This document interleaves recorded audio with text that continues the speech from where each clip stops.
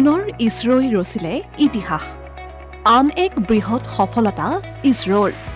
সফলতাৰে সম্পন্ন কৰিলে মহাকাশত ডকিং প্ৰক্ৰিয়া ভাৰতে পুনৰবাৰ স্তম্ভিত কৰি তুলিলে সকলোকে মহাকাশ ইতিহাসত নিজৰ নাম খোদিত কৰিলে ভাৰতে মহাকাশ ক্ষেত্ৰত আন এক সফলতা অৰ্জন ভাৰতীয় মহাকাশ গৱেষণা সংস্থাৰ ভাৰতীয় মহাকাশ গৱেষণা সংস্থা চমুকৈ ইছৰোই আজি পুনৰবাৰ ৰচিলে আন এক ইতিহাস পেডেক্স অভিযানৰ অধীনত দুটা উপগ্ৰহ ডক কৰাৰ প্ৰক্ৰিয়া সফলতাৰে সম্পূৰ্ণ কৰিলে ইছৰোই আমেৰিকা ৰাছিয়া আৰু চীনৰ পিছত এই কৃতিত্ব অৰ্জন কৰা চতুৰ্থখন দেশ হিচাপে পৰিগণিত হৈছে ভাৰত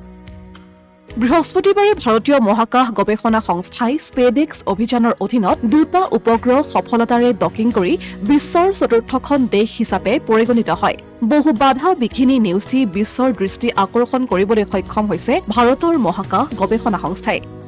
এই কৃতিত্বৰ পিছত ইছৰোৰ বিষয়াসকল আনন্দত আত্মহাৰা হৈ পৰে ইছৰোৱে ছ'চিয়েল মিডিয়া প্লেটফৰ্ম এক্সত পোষ্ট লিখি উপগ্ৰহ ডকিঙৰ কথা উল্লেখ কৰে যে মহাকাশযান ডকিং প্ৰক্ৰিয়া সফলতাৰে সম্পূৰ্ণ হৈছে এয়া এক ঐতিহাসিক মুহূৰ্ত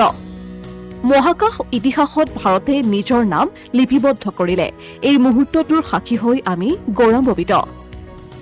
সফল মহাকাশ ডকিং লাভ কৰা ভাৰত হৈছে চতুৰ্থখন দেশ সমগ্ৰ দল আৰু ভাৰতলৈ অভিনন্দন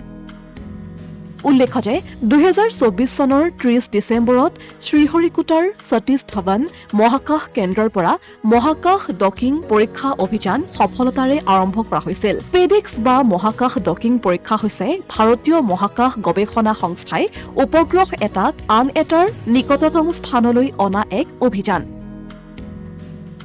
উপগ্ৰহ ডকিঙৰ ফলত অন্য এখন যানৰ পৰা আন এখন মহাকাশ যানলৈ সহজেই প্ৰয়োজনীয় দ্ৰব্য সালসলনি কৰাৰ লগতে অতি সহজত মানুহেও এখন যানৰ পৰা আন এখন যানলৈ অহা যোৱা কৰিব পাৰিব লগতে মহাকাশ কেন্দ্ৰ স্থাপনত এই প্ৰক্ৰিয়াই যথেষ্ট সহায় কৰে ইছৰোৰ মতে চন্দ্ৰযান 4ৰ দৰে অভিযানত ডকিং প্ৰযুক্তিৰ প্ৰয়োজন হ'ব চন্দ্ৰৰ পৰা নমুনা পৃথিৱীলৈ অনাত সহায়ক হ'ব এই সফলতাৰ বাবে